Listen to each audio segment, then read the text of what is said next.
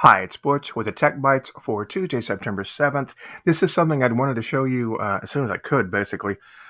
This happened actually over the summer. This feature appeared over the summer, but you may not have seen it yet, and I want to make sure you have. We can now layer text and images in a Google Doc, just like it says on the page.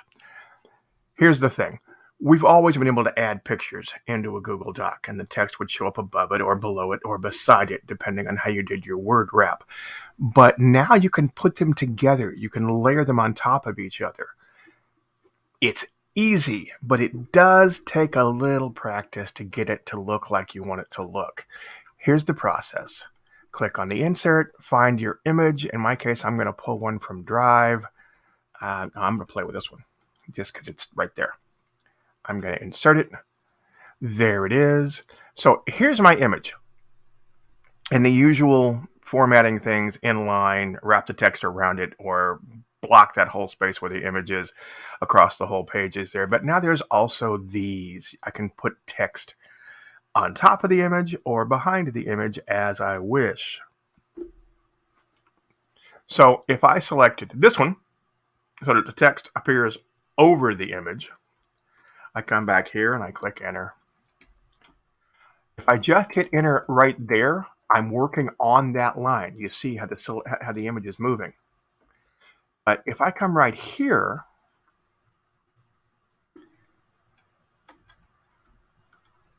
and click into it,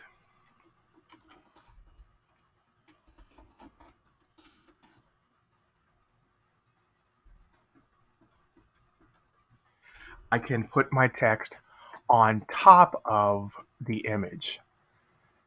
Up here, I'm working inside that line, so it's a fixed space. Get down below that, and I can type on top of the image. I can still click and drag this image because I haven't locked it in place yet. I can come right back up here and edit this line. But here's something important. If I want to get to this text that I just worked with, you'll see how the syllabus image is selected. I have to go to the text and I have to double click to get to that.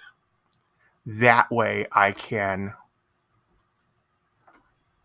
change this text, color this text, resize this text, whatever I'm planning on doing here. Maybe make it a title, that kind of a thing.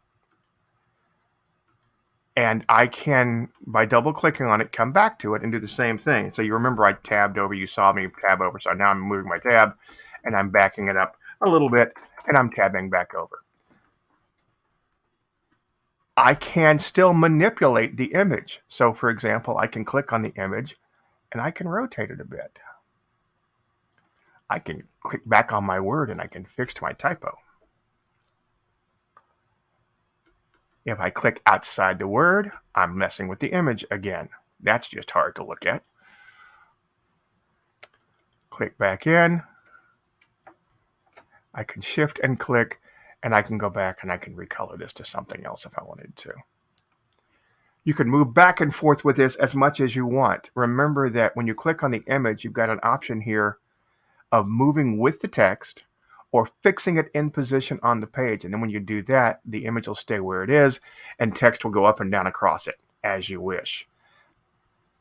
There's another option here called position options. This opens a toolbar on the right-hand side, and this is the same toolbar that would open if you had clicked on the text wrapping thing.